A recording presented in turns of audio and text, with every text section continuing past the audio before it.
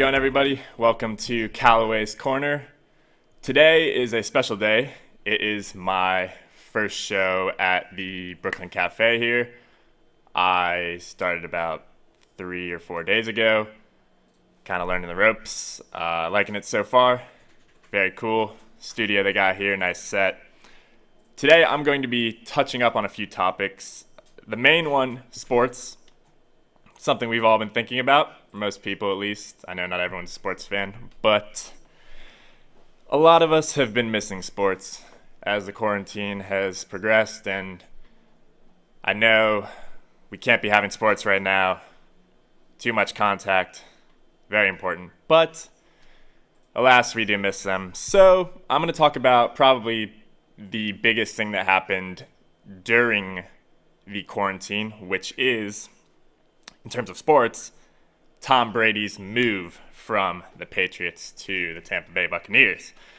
I know that this affected a lot of people, including me personally, as a Patriots fan. And I know I get a lot of people, hey, you're from South Florida, why are you a Patriots fan? I get it all the time, but I need to explain. So, when I was a kid, the only two players I knew were Randy Moss and Tom Brady. It was when they were on the Patriots. It was when I was first getting into football.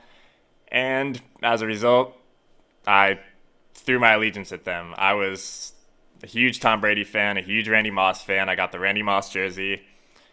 And pretty much now I'm conflicted. Been a Pats fan my whole life, mainly because of Tom Brady. Randy Moss doesn't play anymore. He has since retired, but I'm left with the question of who do I support now? Do I stick with the Patriots, who's this team I've supported, but the only reason I've supported them is because of the GOAT, of the man himself, Tom Brady, who, I used to play quarterback, kind of used to be a role model for me. And so, for now, I'm leaning towards some Bucks bandwagon fandom. I might have to pledge my allegiance to them, but I'm going to wait till the season starts, figure that out later. So as I said before, a lot of sports are discontinued at the moment, and I kind of like how ESPN's been resorting to a lot of side sports that haven't been getting a lot of action with a lot of the main contenders on. Like I saw cornhole the other day, the cornhole championship. That was cool. I play cornhole. Recently, my boards got broken in a storm.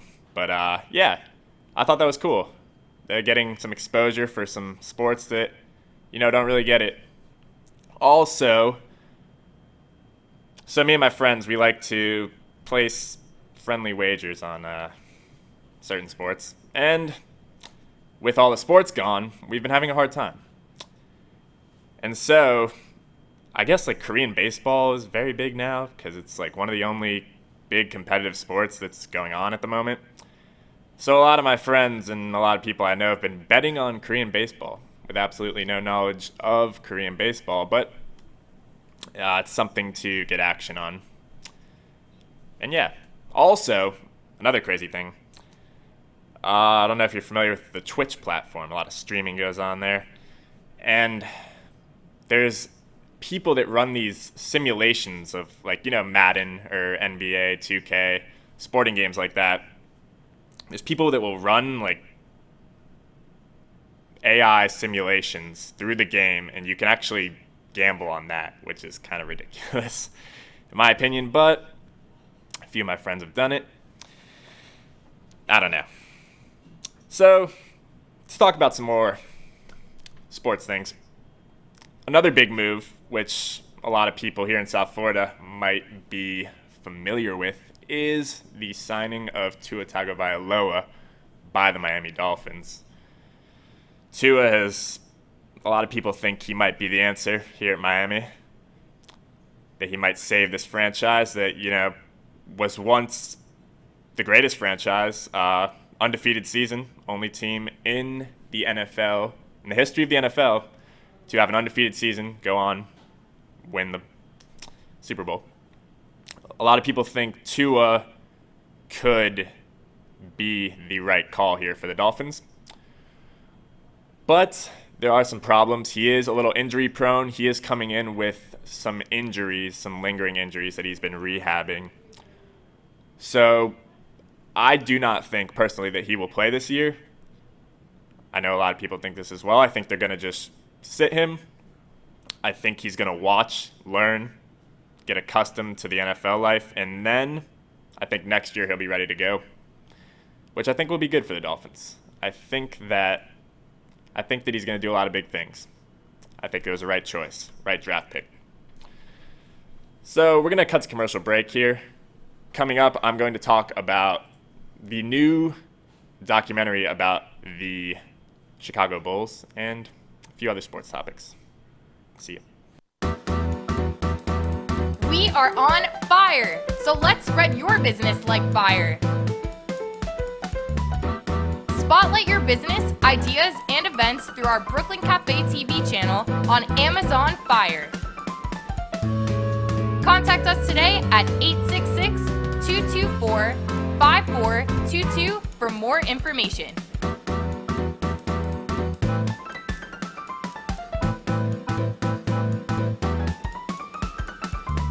Let the whole town, even the whole country, know your message with the click of a button. Together, we ignite. Let's all welcome a new sponsor to the show. It's AMP2 TV, the first. If you have a business you want to share, ideas you want to be heard, and events you want to be known, then amp them up on Amp It Up, our new online radio station. We want your voice to be heard, so spread the word on Amp It Up. Contact us at 866-224-5422 for more information. Let's amp it up.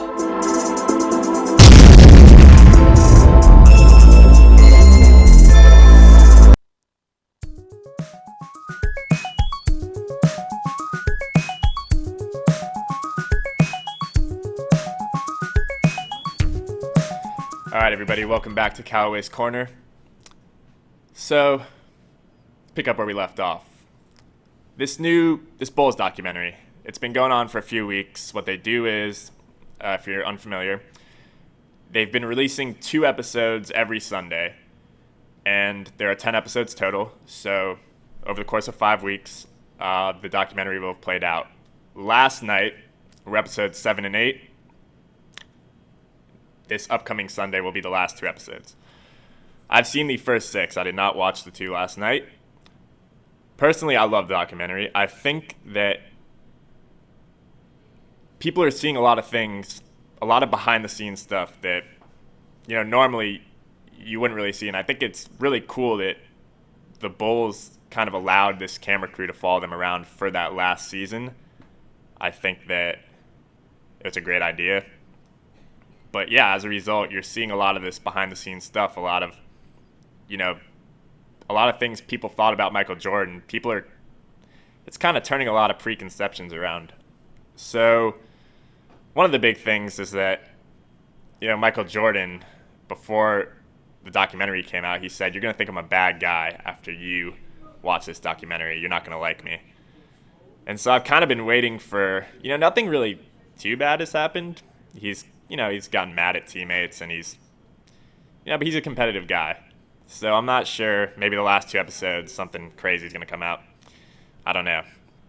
Nothing for me to not like him yet. But also, the 2 episodes I watched last, 5 and 6, you got to see Kobe. He was doing an interview. R.I.P. Mamba. It's kind of weird to see. But yeah, he was doing stuff for the show. They've interviewed a lot of great basketball players, a lot of people that were around during the time who were playing with Jordan, kind of getting them to reminisce on that period of time. And so I think it's great, yeah. I think there's a lot of raw footage in there, a lot of stuff, no one's ever seen. And if you're a sports fan, or if you're just interested in that story, or a good story in general, because it's a pretty interesting plot, I'd recommend that you check it out. So, that's about it for sports. Can't really think of anything else. To finish up here, I'm going to do a movie review. I'm a big movie person. And so, a movie I've watched recently that I would recommend if you are around my age. You don't have to guess my age, but this is kind of for any age, but it's kind of like a coming-of-age drama. It's a movie called Waves. It's produced by A24. You might know a lot of their movies. I think they are one of the great studios right now. They're putting out a lot of cool stuff. They put out Hereditary, which is like the scariest movie I've ever seen. A lot of those, like, they do a lot of coming-of-age dramas and stuff. But yeah, this movie Waves I saw was a very good movie, a very touching kind of look at this family in suburban life as they navigate through a tragedy which occurs early in the movie. And probably my favorite part about the movie was the soundtrack. The director uses a lot of modern songs kind of that you wouldn't really hear in movies. There's a lot of Frank Ocean, which is one of my favorite artists. There's some, and then there's also some old stuff too that's good. Some Amy Winehouse. I think there's Dolly Parton in it too, maybe. I don't know, but it's a great soundtrack. I would recommend the movie if you're a fan of music or if you are a fan of, just a good story. So I'm going to wrap it up here, but thank you for listening to me on my sports takes and whatever I just did. See you next time here at Callaway's Corner. Thanks for watching.